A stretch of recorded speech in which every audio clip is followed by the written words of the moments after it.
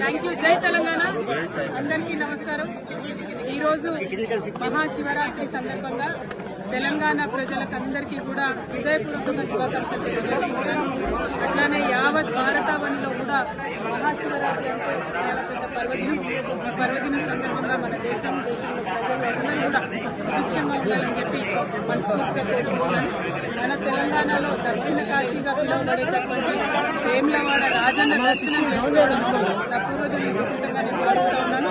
అది కూడా శివరాత్రి రోజు పొద్దున్నే అయ్యవారి దర్శనం, అట్లానే అమ్మవారి దర్శనం, లక్ష్మీ గణపతి దర్శనం చాలా అద్భుతంగా సాగింది.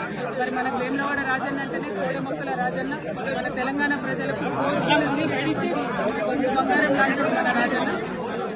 మరి రాజన్నను అంతకుముందు ఆంధ్ర పాలకులు బద్నాం చేసిన విషయం మీకు తెలిసిందే.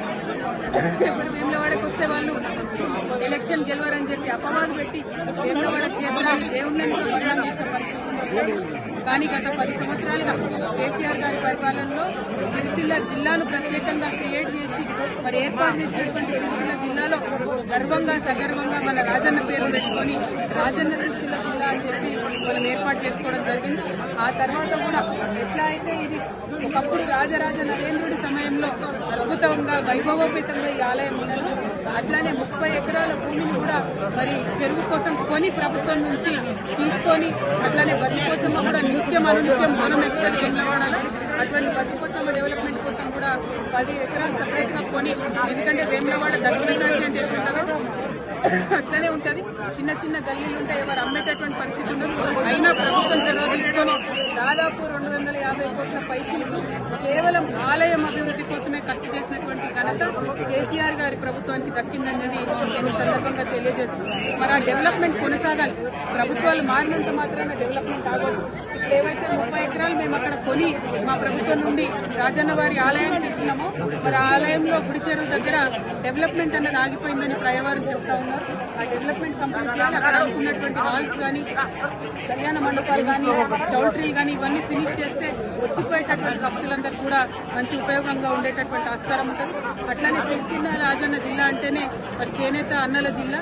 మరి అదేవిధంగా చేనేతల కోసం కూడా అనేకమైనటువంటి కార్యక్రమాలు గౌరవనీయులు కేటీఆర్ అన్న గారు కూడా పెద్ద ఎత్తున టేకప్ చేయడం జరిగింది. కానీ అవన్నీ కూడా ఇప్పుడున్నటువంటి ప్రభుత్వ హయాంలో వడకేసిన నేతన్నకి ఇస్తా అన్నది ఏది కూడా ఇస్తలేరు. మళ్ళీ సిరిసిల్లగా మార్చేటటువంటి ప్రయత్నం జరుగుతూ ఉంది.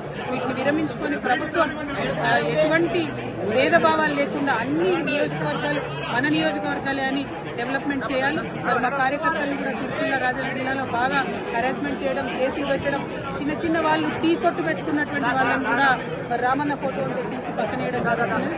ఇంత భేదభావం అవసరం లేదు. ఇవాళ పండగ పూట రాజకీయం మాట్లాడదనుకున్నా, కానీ మనకు తెలంగాణ ఉద్యమ సందర్భంగా కూడా ఎప్పుడైనా కూడా గుడైనా బడైనా చెప్పేది గంటాపతంగా చెప్పేటటువంటి నిజాయితీ ఉన్న వాళ్ళం కాబట్టి ఈ అంశాలు కూడా చెప్పాల్సి వస్తుంది.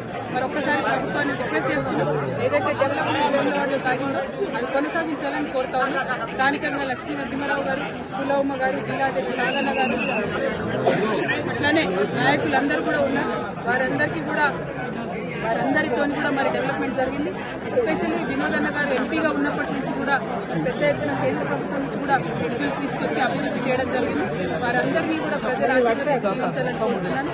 మళ్ళొకసారి వేములవాడ రాజన్న ఆశీర్వాదాలు ప్రజల మీద ఉండాలని కోరుకుంటున్నాను. Thank you. జై తెలంగాణ. జై తెలంగాణ. జై కేసీఆర్.